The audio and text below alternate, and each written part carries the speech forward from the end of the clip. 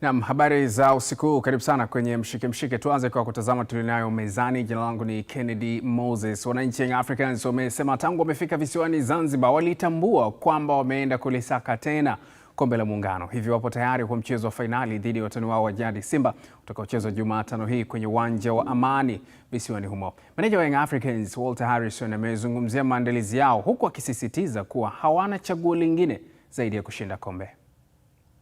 Hata kama mnacheza mchezo wa kirafiki, always when it comes to derby inakuwa ni mechi ya tofauti na ya kipekee. Kama ambavyo tulizungumza nadhani wakati tunafika Zanzibar, kabla ya michuano kuanza nilikuambia kabisa tuko hapa kwa ajili ya kuhakikisha kwamba tunatetea ubingwa wetu wa Muungano, na tulikuwa tayari kuweza kupambana kuhakikisha kwamba kile ambacho kiko mbele yetu tunaenda kukichukua, na tumekutana kwenye fainali kama ambavyo nilikuahidi.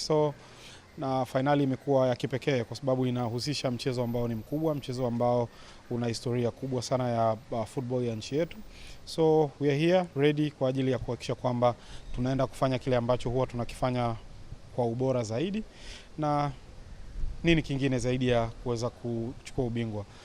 Ndio kitu pekee ambacho wananchi wanakisubiria, na tuko hapa kuja kuhakikisha kwamba hilo linaenda kutimia.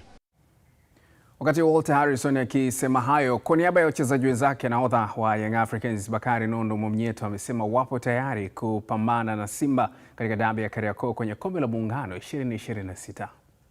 Wachezaji si utayari yetu upo kwa 100%. Nadhani mwalimu ameona mechi ya jana kwa wapinzani wetu, na leo tunaenda kufanya mazoezi ambao nataka mwalimu.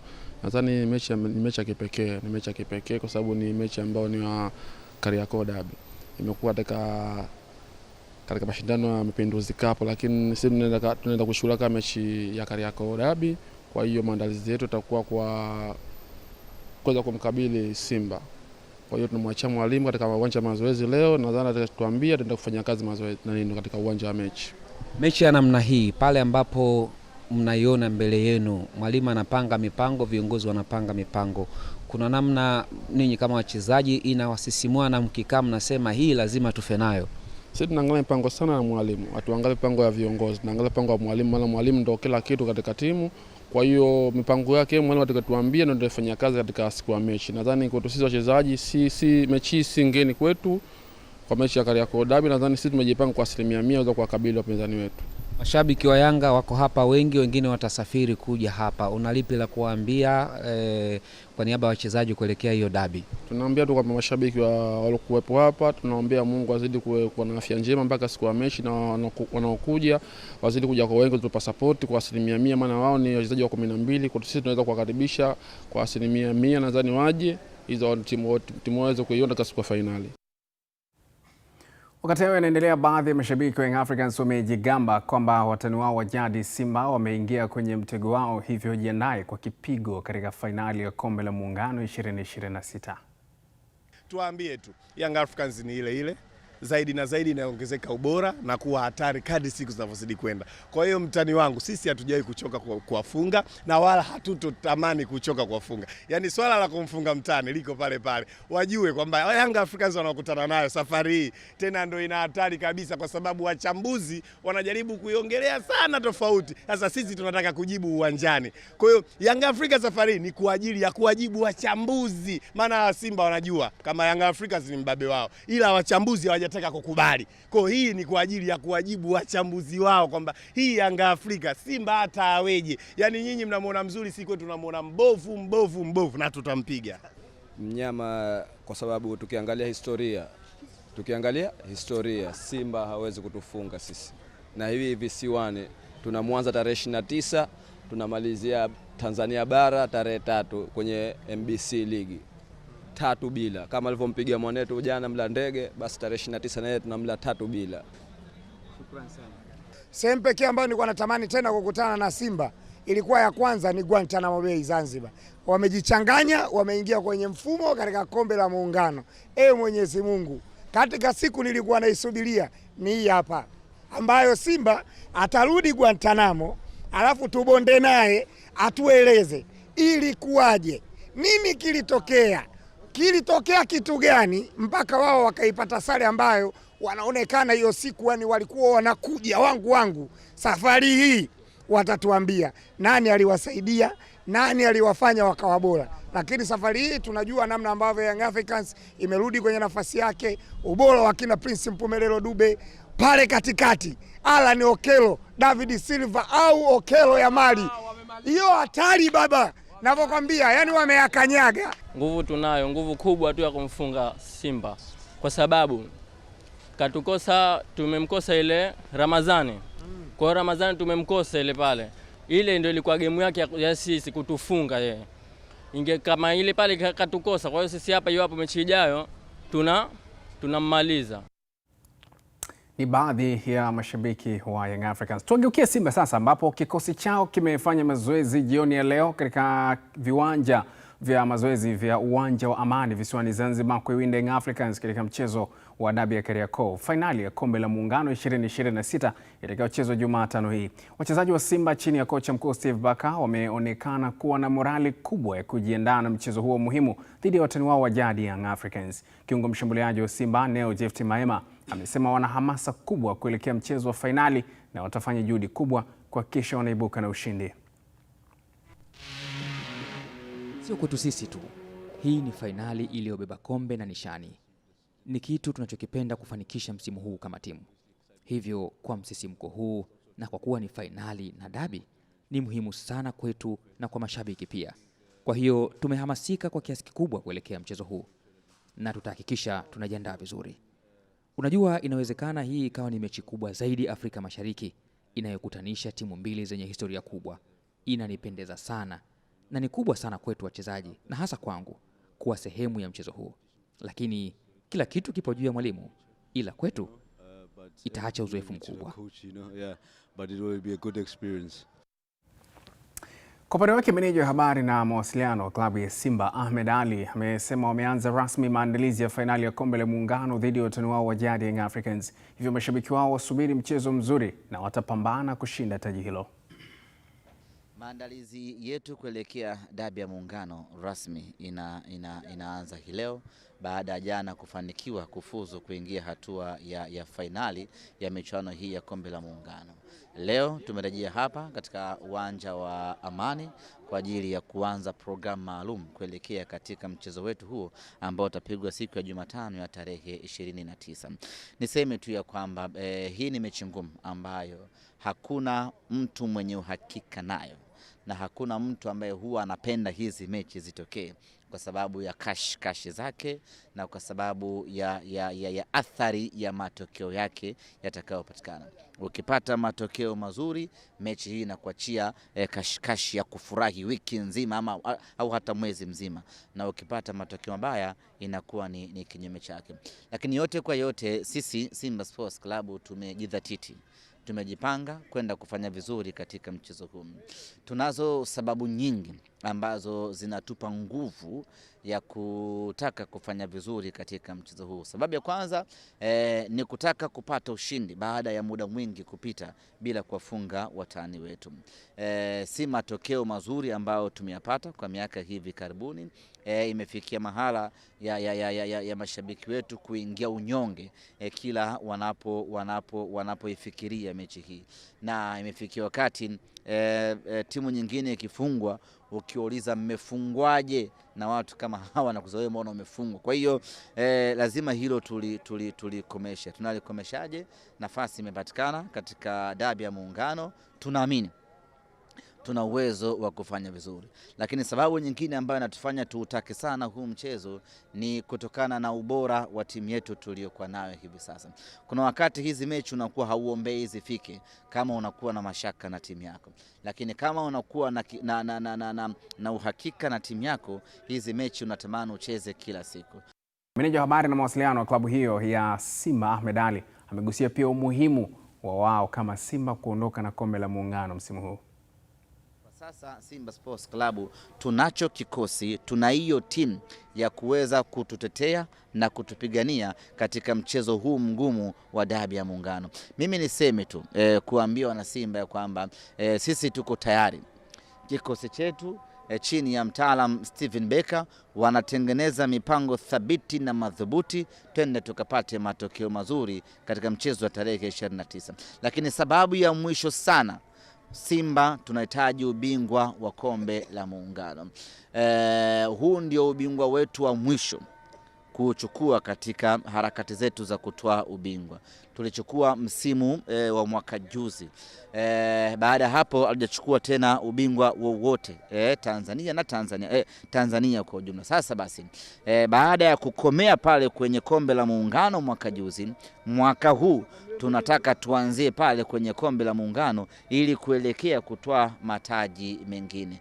Nichukue nafasi hii kualika wanasimba kutoka kona mbalimbali za duniani waje waishuhudie mechi hii. Lakini kwa kinywa kipana lazima tukiri ya kwamba mechi hii ni ngumu, mechi hii ni nzito, mechi hii inahitaji commitment ya hali ya juu kwa kila upande, wachezaji, mashabiki na viongozi. Endelea kutazama Mshike Mshike, endelea kuwa nasi, usiondoke.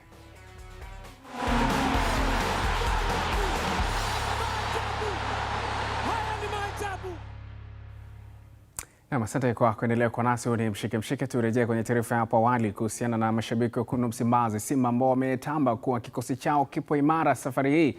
Watani wao wa jadi Young Africans hawana kwa kutokea, na hii ni katika fainali za kombe la Muungano 2026. Simba mpaka sasa hivi ile safisha ya mwanzo uliiona mwenyewe, na kufika Ramadhani ile wameponea chupu kwa sababu pale ilikuwa ndio tunamaliza, lakini baada ya hapo tumeweka level sawa. Ile sita zao wazopata zile mfulizo zile pale ndio zimekwamia pale. Hii sasa hivi kifo, yani tunasema kifo, yani kifo hawatoamini Simba hii, kwa sababu Simba hii unaona inatengenezwa ile kidogo ya kimataifa. Sisi malengo yetu ya kimataifa kama unavyojua, Tanzania hii mkombozi wa Tanzania ni Simba. Tunajitafuta sisi sana kimataifa. Kwa hiyo tunapokuta wadogo hapa katikati wakati hujapata kimataifa, ndio maana anakuwa stress zetu zinakuwa kule. Sasa hivi tumetulia, tunaweka mambo sawa. Hapa wanaita Guantanamo, itakuwa Kwerekwe ile ya makaburini hapa. Hii Jumapili, kesho kutwa Jumatano itakuwa nini? Wapi? Kwerekwe ya makaburini. Yaani hawatuamini kitu tutakachofanyia. Sikuchomoka hata siku moja. Yaani ule uteja tumefuta Ramadhani. Uteja ushafutika. Yaani hizi 3 mfululizo tuna uhakika kama tutakutana mara 3 mfululizo. Tunampiga tarehe 29, tunampiga tarehe 3 na tukikutana FA tunampiga tena. Yaani hapa anakufa tunamzika hapa. Hii Zanzibar hachomoki. Kama ashakuzoea kuchomoka ada hapa ndio mwisho wake. Tunamzika. Yaani kwa Simba hii aje Man City Bongo hii anakufa. So acha Yanga, acha Yanga ndio kata moto. Man City akija Bongo anakufa. Sababu ni nini? Sababu timu unaiona Simba ilivyoimarika, uongozi ulivyoshikamana, yani mashabiki morali, viongozi walivyojitolea, tuna uhakika Yanga anakufa 100% kabisa, anakufa hapa. Kwa ubora wa kikosi chetu tunaenda kuonyesha mchezo mzuri, wa Zanzibari watafurahi. Kwa sababu ukiangalia upande wa kulia huku unaikuta ile vita ya Libase Gwae na Mohamed Hussein. Nadhani atajivunja kwa sababu amwachie mwenzake naye afanye yale aliyomkuta yeye, au Shadrack Boka watakuwa kule, na Shadrack Boka kawaida yake anakuaga na mtindo wa kupanda. Kwa hiyo yule nadhani Gwae atakuwa anatiririka kama kipepeo kuingia kwenye utukufu wa 18. Kwa hiyo balaa litakuwa zito. Baadhi ya mashabiki wa wekundu Msimbazi Simba wakizungumza kuhusiana na mtazamo wao kuelekea dabi ya Kariakoo ndani ya Muungano. Leo nizungumze na mchambuzi wa masuala ya soka Philip Nkini kuweza kusikia kutoka kwake. Philip, karibu. Mambo yanaenda? Mambo yanaenda. Tuko vizuri. Fresh kabisa. Au sio? Dabi ya Kariakoo ndani ya visiwani Zanzibar kwenye msimu huu wa mwaka 2026, lakini inazikutanisha timu hizi mbili wakati tayari kila mmoja amejitanabaisha wazi kwamba analitaka taji hili, mwingine akiwa ni bingwa mtetezi, mwingine akiwa analitafuta dhidi ya mtani wake. Ni mechi kubwa na ni faida kwa watu wa Zanzibar, wanapata dabi ya pili msimu huu ya Simba na Yanga. Nafikiri kwao ni heshima, wamepewa heshima kubwa sana, walipewa ile ya ligi, wamekuja kupata na hii hapa, kwao wana haki ya kujivunia. Lakini ni mchezo mkubwa kwa sababu ya jinsi ambavyo timu zote umeziona jinsi ambavyo zimefanya vizuri hapa nyuma. Kiacha kwenye mashindano ya Muungano ambao tumeona timu zote zimefanya vizuri, lakini pia kwenye ligi umeona spidi ya kila timu. Ndio maana hakuna msemaji au hakuna meneja ambao anasema mimi naenda kushinda. Kila mmoja anaamini ya kwamba ni mchezo mgumu. Kwa hiyo kila mmoja ambao anaenda uwanjani anaenda akiwa anaona umuhimu wa kombe la Muungano ulivyo. Kuanzia kombe limerudi, alianza kuchukua Simba, akaja amechukua Yanga, kwa sasa hivi atakayoenda kuchukua, ina maana anatafuta ubabe kwa hawa wawili ambao kwa ujumla ndio timu ambazo zimechukua ubingwa mara nyingi. Yeah. Najaribu kuangalia mechi mbili ndani ya siku 5. Yeah. Zote ni dabi. Kwa namna moja ama nyingine inaweza kuathiri picha halisi ama nguvu ambayo kila mmoja ataitumia kwenye dabi ya visiwani Zanzibar Mapinduzi, Muungano. Sasa tofauti yake ni kwamba ni nani ana matarajio gani, sababu hakuna ambao ana uhakika wa kuja kushinda dabi ya pili. Kwa hiyo kila mmoja anaamini ya kwamba Muungano ni kombe ambalo lazima alichukue. Kwa hiyo naamini kila mwalimu atapeleka wachezaji wale ambao anaamini ya kwamba ni kikosi bora. Ukishawatazama sasa hivi ni tofauti na mashindano mengine yote madogo ambao wamekuwa wakishiriki. Hata kwenye FA Simba na Yanga hawashiriki namna hiyo. Unaona kuna wachezaji wao wanawapumzisha, lakini angalia sasa hivi unaona Simba wameenda na squad iliyokamilika, Yanga wameenda na squad iliyokamilika, kwa sababu kila mmoja analitamani lile kombe. Kwa Simba huu ni mtihani, kwa sababu kuanzia 2024 hawajachukua kombe lingine hapo katikati, lakini kwa miaka 4 wamechukua Muungano, wakachukua na Ngao tu, makombe mengine mengi wamechukua Yanga. Kwa hiyo sasa hivi watahitaji kuendelea kurudisha ule ufalme wao. Kwa Yanga wanajua kwamba kama wakipoteza tu Muungano watakuwa wameshashuka kwenye ile grade ambayo walikuwa nao msimu uliopita ya kuchukua makombe yote ya ndani. Kwa hiyo ni mchezo ambao unamtega kila mmoja. Unaweza ukawa na mitego mingi, kwa sababu mwalimu anaweza akaingia akiwa anaamini ya kwamba wachezaji wake wengine wanaweza wakachoka kwa ajili ya mechi nyingine inayofuata, lakini pia kuhofia wachezaji wake kupata majeraha kwenye mchezo huu kwa sababu ya mechi nyingine inayofuata. Lakini kwa ujumla kila mmoja anaenda kwenye hii mechi akiwa anaamini ya kwamba anataka ubingwa, kwa sababu kikosi kilivyoenda kwenye mashindano vyote unaona kabisa ya kwamba hakuna ambao anaamini ya kwamba kombe la Muungano ni kombe dogo. Lakini ukija ukitazama pia ni ule ushindani ambao wamekutana nao kwenye mechi zilizopita za nusu finali.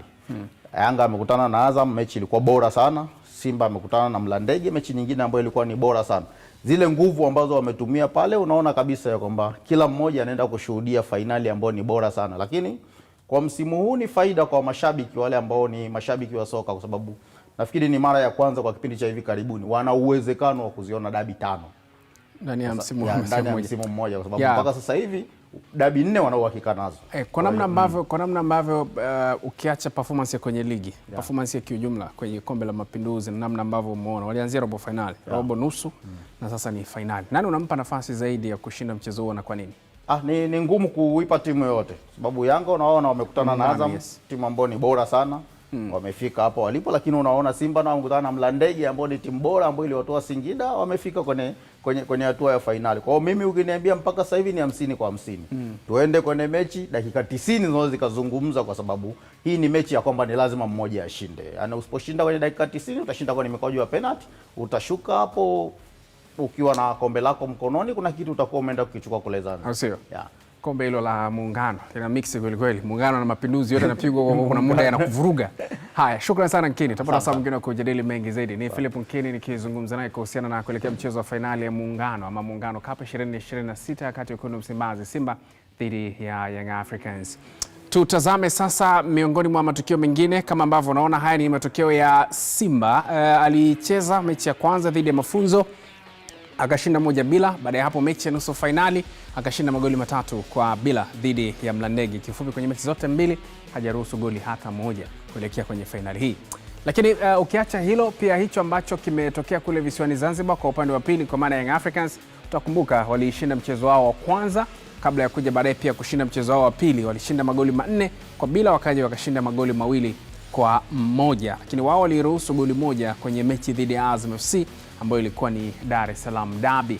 Kitazama kwa matokeo haya, pasina shaka kila mmoja ana matarajio ama ana mtazamo tofauti kuelekea kwenye fainali hii ambayo itapigwa Jumatano hii na itakuwa live kwenye kisimbuzi chako cha Azam TV. Kwa tuangalie maoni yako ambayo umetuandikia kupitia ukurasa wetu wa mitandao ya kijamii. Kwanza ni Instagram pamoja na Facebook. Swali letu lilikuwa linahoji wachezaji gani watang'aa kwenye fainali ya Muungano Cup 2026 itakayozikutanisha Yanga na Simba Aprili 29 mwaka huu.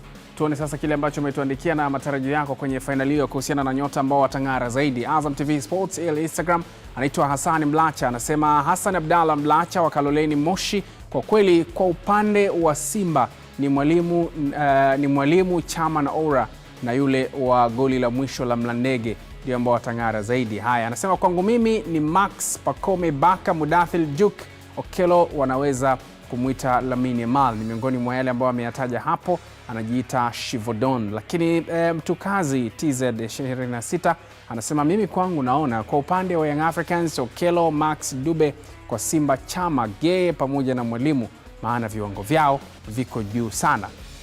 Ni maoni yake. Tuangalie sasa maoni kupitia ukurasa mwingine, na hapa sina shaka ni Facebook. Sasa anaitwa Kisena Kazungu, anasema mkazi wa Mwamnange, Kaliua, Tabora. Anasema kwa upande wa Young Africans, Okello, Dube na Duke pamoja na Mudathir kutokana na ubora wao, na kwa upande wa Simba viungo pamoja na Selemani Mwalimu kulingana na mbio na chenga zao. Lakini Rajab Musa Kijazi anasema kutoka Muheza, Tanga, kwa upande wangu Chama, Pacome, Ora, Libase, Mwalimu na Okello, Kagoma, lakini pia Damaro watakuwa na vita yao pale katikati. Jeremia Bayalimo anasema kutoka Kigoma, timu zote zina wachezaji wazuri na wenye quality, hivyo na waona Pacome pamoja na Max Nzengeli, lakini pia Alan Okello. Kwa upande wa Young Africans anasema, na kwa Simba Rushain De Rock, Elie Mpanzu, Aniset Ora, Libase Geye, na waona sana hao wachezaji wakitawala sana mchezo huo na kung'aa katika mchezo huo. Ni maoni yao hayo kupitia kurasa ambazo tumekupitisha hapo Instagram pamoja na Facebook, ulikuweza kuona maoni yako mtazamaji ambao ulituandikia kwenye kurasa zetu. Tuendelee kuangazia mengine ambayo tunayo mezani hii leo. Maandalizi yanazidi kupamba moto kuelekea dabi ya Kariakoo katika fainali ya Kombe la Muungano 2026 kati ya Young Africans dhidi ya Wekundu wa Msimbazi Simba, itakayopigwa katika uwanja wa Amani majira ya saa 2:15 usiku. Katibu mkuu wa shirikisho la soka visiwani Zanzibar ZFF, Hussein Ahmad Avwai, amesema kwa sasa wanaendelea na vikao kuhakikisha mchezo huu maalumu kwenye soka la Tanzania unachezwa kwa viwango vya juu kama ambavyo inatarajiwa na mashabiki walio wengi wa soka nchini. Tuna muda mchache sana kuweza kuandaa. Kwa hectares zimekuwa ni nyingi, lakini bado tunajitahidi kuona kwamba mchezo huu tunauandaa katika viwango vya hali ya juu. Of course tuna uzoefu mkubwa wa kuweza kuandaa michezo kama hii. Ni karibu mwezi mmoja kama na nusu hivi tuliuandaa mchezo pia wa dabi hapa Kariakoo katika Ligi NBC, kwa umejirejea tena hapa katika Kombe la Muungano.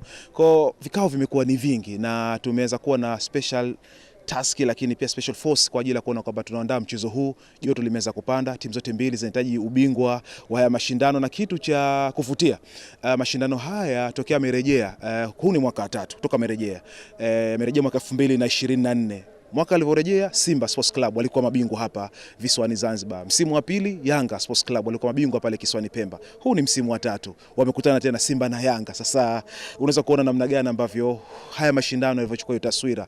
Maandalizi yanakwenda vizuri. Tulikuwa tuna vikao leo asubuhi, mchana, lakini na kesho pia tutakuwa tuna vikao vingi kwa ajili ya kuona kwamba mchezo huu tunauandaa katika mazingira yaliokuwa bora zaidi na kwa umakini mkubwa, kwa sababu siku 4 mbele kuna mchezo mwingine wa dabi kama huu wa NBC pale Dar es Salaam.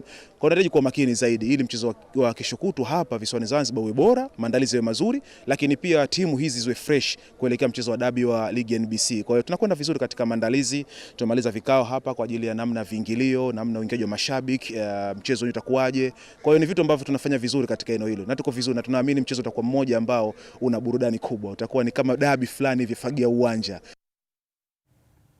Wakati huo shirikisho la soka Zanzibar limesema imekuwa bahati mbaya kwa timu 4 za visiwani humo kuikosa fainali ya Kombe la Muungano, hususan Mlandege FC iliyotolewa hatua ya nusu fainali dhidi ya Wekundu wa Msimbazi Simba. Hata hivyo, ZFF imekiri kwamba timu za Tanzania bara zinazosimamiwa na shirikisho la soka TFF zimekuwa bora zaidi na kufika fainali. Ni jambo zuri kwa upande mmoja, lakini kwa upande wa pili kama ulivyosema umetaja ZFF. Sisi kama ZFF pengine tungeona furaha zaidi, tungeona labda kuna timu kutoka visiwani ingeweza kufika fainali, ingekuwa ni jambo la maana sana, kwa sababu kwa upande mwingine ni wasimamizi wa mpira wa miguu wa visiwani. Kwa hiyo tukiona kuna namna ambavyo timu kutoka visiwani zinaweza kuleta ushindani na timu pengine kutoka upande wa bara, kimsingi linaleta maana fulani, kwa sababu msimu uliopita fainali hizi za Kombe la Muungano kisiwani Pemba, fainali ilicheza timu ya Yanga na timu ya JKU, kwa maana Yanga kutoka Tanzania bara, JKU kutoka visiwani Zanzibar. Kwa hiyo msimu huu ni Yanga na Simba, zote mbili kutoka Tanzania bara. Of course ni dabi, ni timu kubwa, siku zote zinaleta ladha na burudani. Mashabiki wa mpira Tanzania wanafurahia, wanapenda, lakini kama ZFF tumepokea hivyo kwa sababu ni burudani, ni mashindano muhimu sana kwa Tanzania, ila ingekuwa bora zaidi kwa kama ZFF tungeona pengine Mlandege na Yanga ama pengine Mlandege na Simba hivyo katika fainali Ahali au KVZ labda mafunzo, okay, ingekuwa ina maana sana. Lakini by the way ni mashindano ambayo yako open, mpira ni mchezo wa wazi, timu zote zimecheza hapa na zimeonyesha uwezo wao, basi timu mbili labda zimeonyesha uhitaji zaidi na utayari zaidi kwa kufika finali, basi ni finali ambayo itakuwa ni nzuri na ya kuvutia. Of course derby, always derby inakuwa ni mchezo maalum kwa Tanzania. Naam, hivyo ndivyo ambavyo tunakamilisha nusu saa ya kwanza ya mshike mshike hii leo, lakini miongoni mwa yale ambayo tutakuja kujuza kwenye sehemu ya pili ama nusu saa ya pili ya mshike mshike ni pamoja na haya.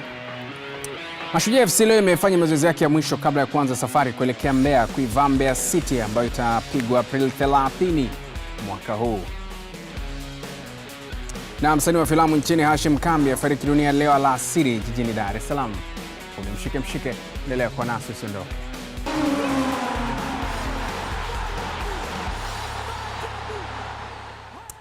Naam, asante kwa kuendelea kwa nasi. Tuendelee kuangazia tulionayo kwenye mshike mshike hii leo. Kuelekea mchezo wa fainali Kombe la Muungano 2026 utakaochezwa Aprili 29 mwaka huu, akizungumzia ama ukizikutanisha Young Africans pamoja na Simba, baadhi ya waandishi wa habari za michezo nchini wamesema kuwa utakuwa ni mchezo wenye ushindani mkubwa, na ni kutokana na ubora wa vikosi vyote viwili hivi sasa.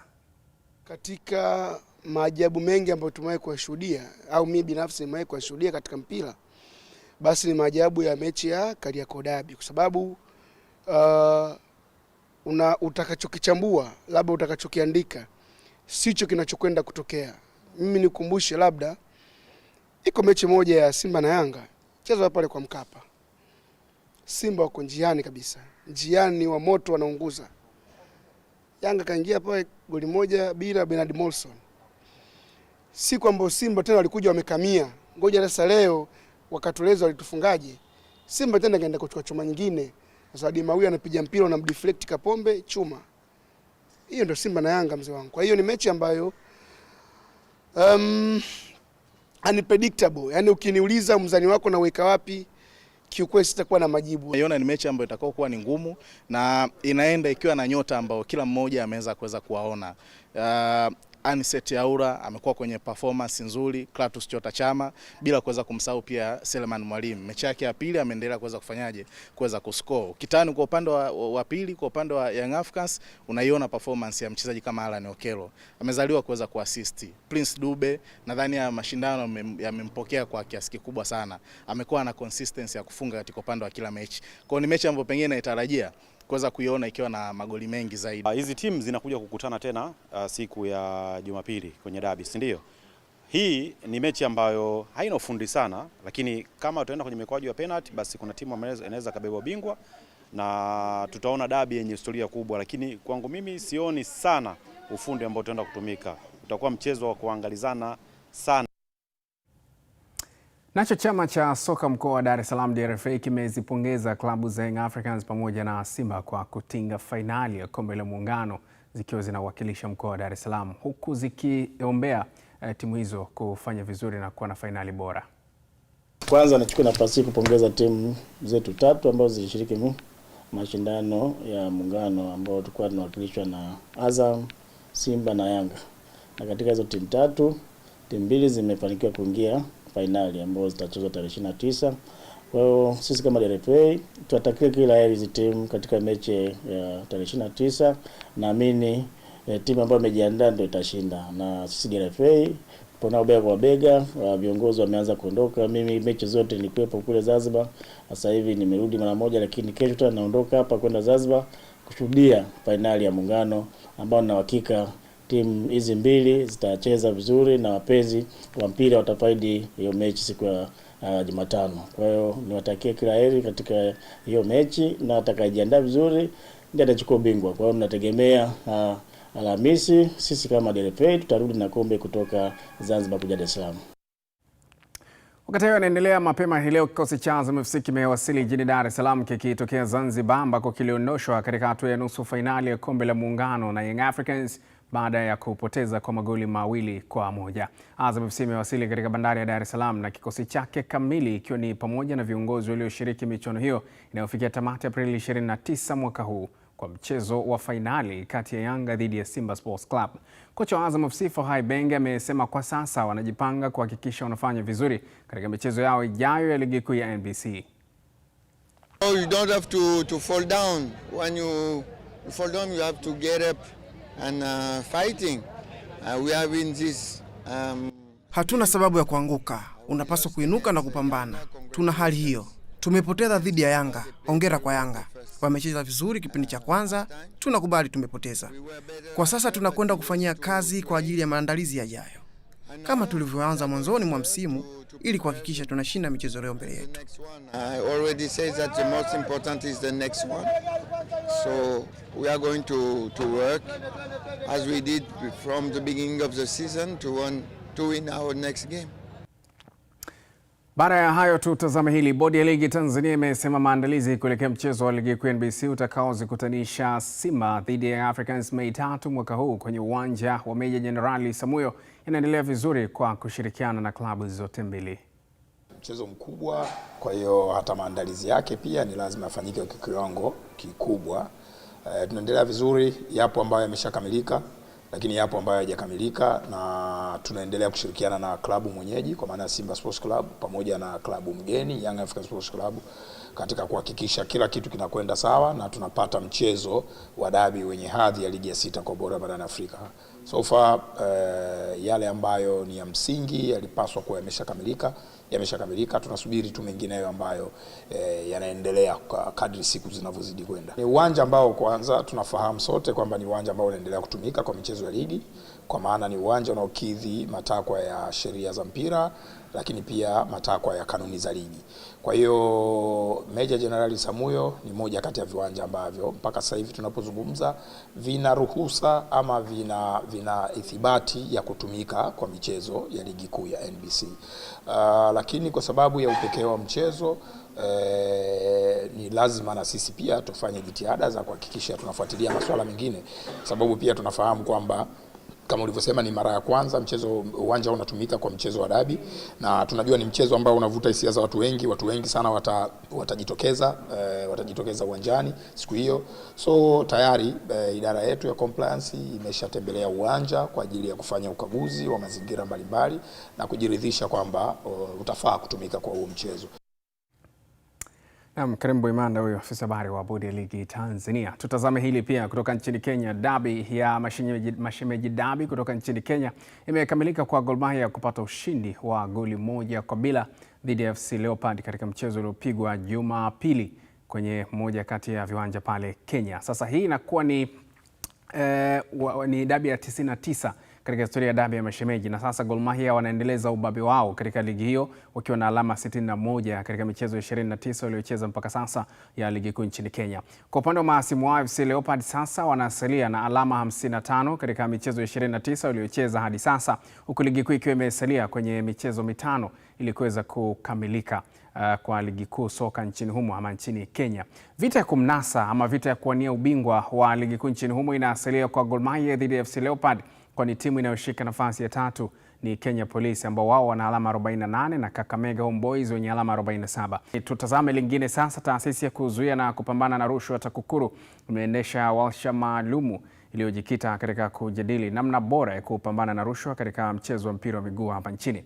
Akizungumza na vyombo vya habari baada ya kumalizika kwa warsha hiyo, mkurugenzi mkuu wa TAKUKURU Crispin Chalamila amesema wamelazimika kutoa elimu hii ili kuepukana na janga la rushwa michezoni ambalo limekuwa likijitokeza duniani kote. TAKUKURU wameeleza kwamba tayari kuna matendo ambayo yameanza kujitokeza yakiwa na viashiria vya rushwa, hivyo inawalazimu kuhakikisha wanaweka mikakati ya kuzuia mianya hiyo ya rushwa michezoni. Mbali na kutoa elimu, Chalamila amesema tayari wanaendelea na uchunguzi wa masuala kadhaa yanayoashiria uwepo wa rushwa michezoni pamoja na upelelezi. Utakapokamilika, basi wahusika watafikishwa katika mkono wa sheria.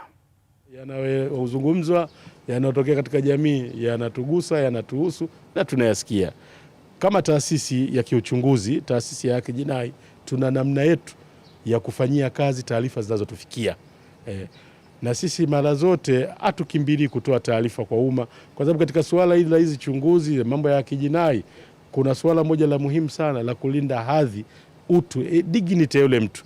Kwa sababu kama ingekuwa sisi tukipata leo taarifa tu fulani kafanya hivi, tuna haraka sasa tunawaita wanahabari, jamani sisi Mabubo bwana tunamchukulia hatua ABCD. Sasa what if kesho ikiwa na ndio maana hata mara moja hujasikia taasisi yetu imeshtakiwa mahali kwa kumdhalilisha mtu, kwa kumtweza mtu. Tunafanya kazi in a very professional way.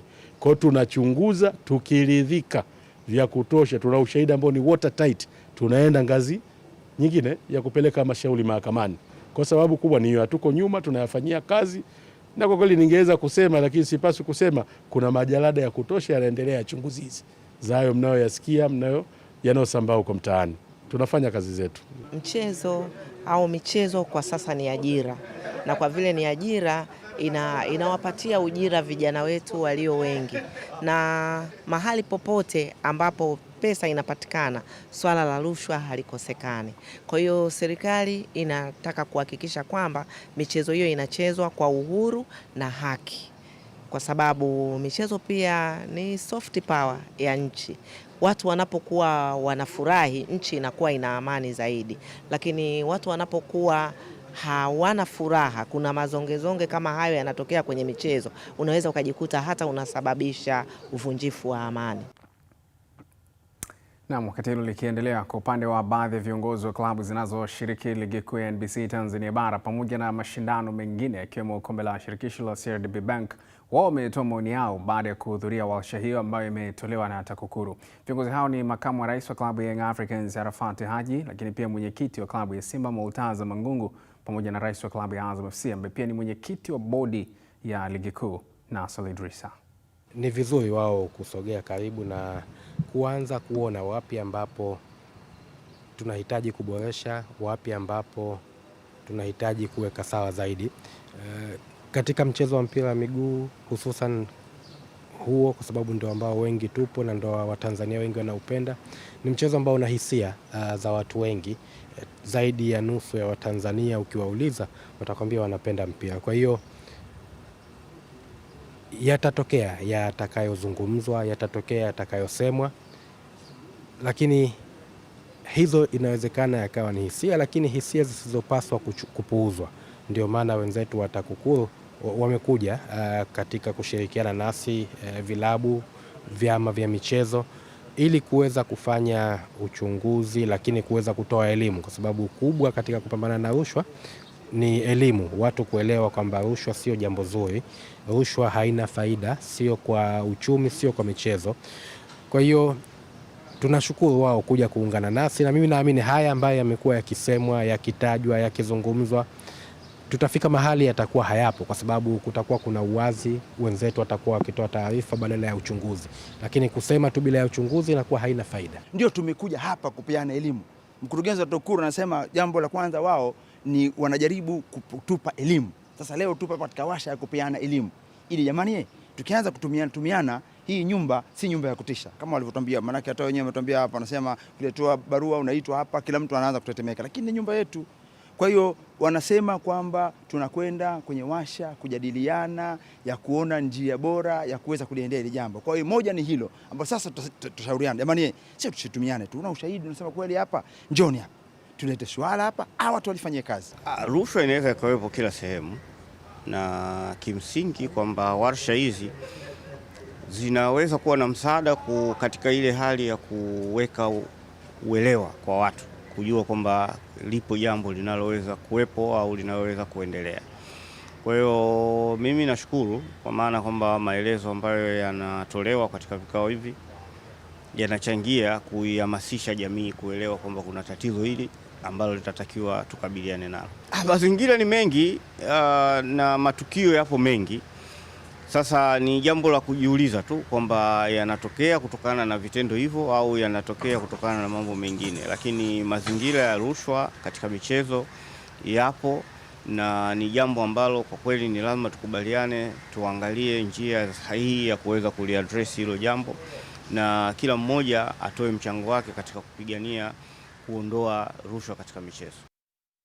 Huu ni Mshike Mshike, endelea kuwa nasi, usiondoke.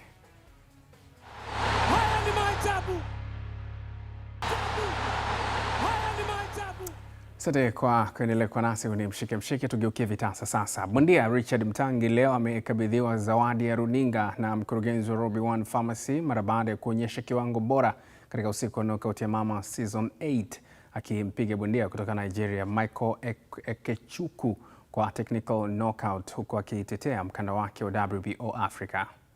Kama Robi One ni kuendelea kutoa motisha kwa mabondia Tanzania kuhakikisha anafanya vizuri, na ukiwa na mtoto lazima umwelekeze afike sehemu fulani kutokana na malengo yake. Kila binadamu huaga ana ndoto yake kufika mahali. Sasa hawa vijana wetu wamechagua mchezo wa ngumi na inabidi wapewe support waweze kufika malengo yao, na wategemee kitu kizuri kutoka Robi One Farmers, kwa sababu tuna mpango wa kwenda mkoa kwa mkoa kuhakikisha tunatafuta vipaji vile vidogo vidogo. Na swala baada ya kuliongelea hizo, naona TBBRC wameweka mkazo kuenda mkoa kwa mkoa kuhakikisha na wao wanatengeneza vipaji vipya. Asitoke kutusupport mabondia. Leo hii imekuwa nafasi yangu kupata motisha kama hii kubwa. Ningependa pia kuona kwa mabondia wengine wengi ambao pia itabidi pia wapate motisha kama hii, na kikubwa pia vijana wote tusitoke kumuunga mkono Robi One Farmers, kwa sababu bila yeye nadhani vijana wengi kwenye tasnia ya boxing, haswa kwenye kamisheni yetu ya ngumi, basi swala la afya lingekuwa lina shida sana, lakini ameweza ametusupport sana. Na pia ningeweza kumuomba kama mpinzani wangu ingekuwepo yuko Tanzania, basi pia ingekuja kutibiwa hapa. Nayo mashindano ya kuogelea ya Swahili Swimming Talent yanayotarajiwa kufanyika Mei 23 na 24 mwaka huu kwenye bwawa la Gymkhana jijini Dar es Salaam, lengo likiwa ni kukuza mchezo wa kuogelea nchini kwa vijana na watoto. Fanyika pale viwanja vya Gymkhana kwenye bwawa la Gymkhana, na itakuwa tarehe 23 na 24 ya mwezi wa 5 2026 mwaka huu. Tunakaribia kumaliza wakati wa kujisajili, kwa sababu wakati wa kujisajili ilikuwa mwisho tarehe 25 mwezi wa 4 mwaka huu, lakini kutokana na inakaribia kumalizika, tumeweza kuweka muda ambao huo muda itakuwa kuanzia tarehe 5, ambao tutaanza kuwapelekea watoto zile kits ambazo tulikuwa tumeshazisema tokea awali, t-shirt pamoja na vibegi, ambavyo hiyo itakuwa kama motivation kwa kila mtoto atakayeweza kujisajili. Wakati hayo yanaendelea, msanii wa filamu nchini Hashim Kambi amefariki dunia leo alasiri katika hospitali ya Miko, Dar es Salaam alipokuwa amefikishwa kwa ajili ya kupatiwa matibabu mara baada ya kuugua ghafla, akikutwa na changamoto wakati alipokuwa akinakilisha sauti na ndipo akapelekwa hospitali. Marehemu Hashim Kambi aliwahi kuwa miongoni mwa wasanii wanaonakilisha sauti katika tamthilia mbalimbali zilizokuwa zikiruka kupitia Azam TV, ikiwemo tamthilia ya Woman inayoruka kila siku kuanzia saa 1 kamili usiku kupitia chaneli ya Azam 2. Aliwahi pia kusakata kabumbu akitumikia klabu ya Wananchi Young Africans akicheza katika nafasi ya beki, na hii ni moja ya sehemu ya mahojiano aliyowahi kuyafanya na mwenzetu Sofia Mgaza katika kipindi cha Alama. Ni tukio gani kubwa ambalo ulilifanya ambalo wakati uko sa klabu ya Yanga ambalo mpaka leo hii ukikaa unasema kwa kweli sitakaa nilisahau maisha yangu yote? Klabu ya Yanga nikikumbuka ni tukio ambalo sisi tulikuta Yanga ikiwa mtumwa wa watani wetu wa Simba. Unajua kuna kufungwa miaka 2, 3, 4, 5. Na klabu ya Yanga wakati ilikuwa imepoteza wachezaji wake wengi baada ya kufukuza timu nzima. Aha, ilifukuza timu nzima mwaka gani? Ilifukuza timu nzima. Sikumbuki mwaka gani, lakini Hasani ulikuwa 1977 kitu kama hicho. Timu nzima ndio wakaenda kuanzisha timu ya Pan Africa. Kwanza ilikuja Morogoro, wakaingia timu ambayo ilikuwa na ndugu Yanga inaitwa Nyota Africa. Kwa wakanikuta mimi pale niko nachezea timu ya Spurs ya Jogoo. Lakini baadaye wakarudi kuja kujiunga na wakaanzisha timu ya Pan Africa hapo. Kwa hiyo Yanga wakaanza kurecruit wachezaji wapya. Na wewe ukaingia kwa miongoni mwao hapo pale. Lakini kwa sababu ya ile experience wenzetu wakuta wameshazoeana na juana kutuendelea kufungwa. Lakini siku ya kwanza ambayo ilikuwa ni ya maajabu ni siku ambayo kwa mara ya kwanza tulitoka sare. Sio tulishinda, tulitoka sare. Tulikuwa tumeshafunga goli moja na Simba, bado dakika 5 mpira kwisha. Ndio tukarudisha ile goli. Mwaka gani hiyo? Nikikumbuka nadhani ilikuwa 1980 kitu kama hicho. Sasa hivi wanasema kuna kitu kinaitwa assist. Kwa hiyo ile pasi ambayo Hussein Makonde alirudisha ile goli, mimi ndio nitoa pasi ile ya kufu. Japokuwa nilikuwa defend, lakini kisha ni advance paka nikaenda mbele, nikatoa pasi clear pass ambayo ilikuwa moja kwa moja alikuwa anafunga goli, akarudisha. Mwenyezi Mungu ilaze roho yake mahali pema peponi. Na ndivyo ambavyo tunakamilisha mshike hii leo. Miongoni mwa wale ambao nilikujuza ni pamoja na haya. Homa ya fainali ya kombe la muungano ya tanda, Yanga na Simba kila upande ukitaka kutwaa ubingwa wa michuano hiyo. Nayo Azam FC imerejea Dar es Salaam kutoka visiwani Zanzibar yenye dhatiti na mwendelezo wa ligi kuu ya NBC. Na baada ya miaka 30 kupita, mbio za magari za Formula 1 maarufu kama langalanga za rejea nchini Argentina. Mwisho wa mshike hii leo. Kwa niaba ya wote ambao wamefanikisha matangazo haya, jina langu ni Kennedy Moses. Uwe na usiku mwema.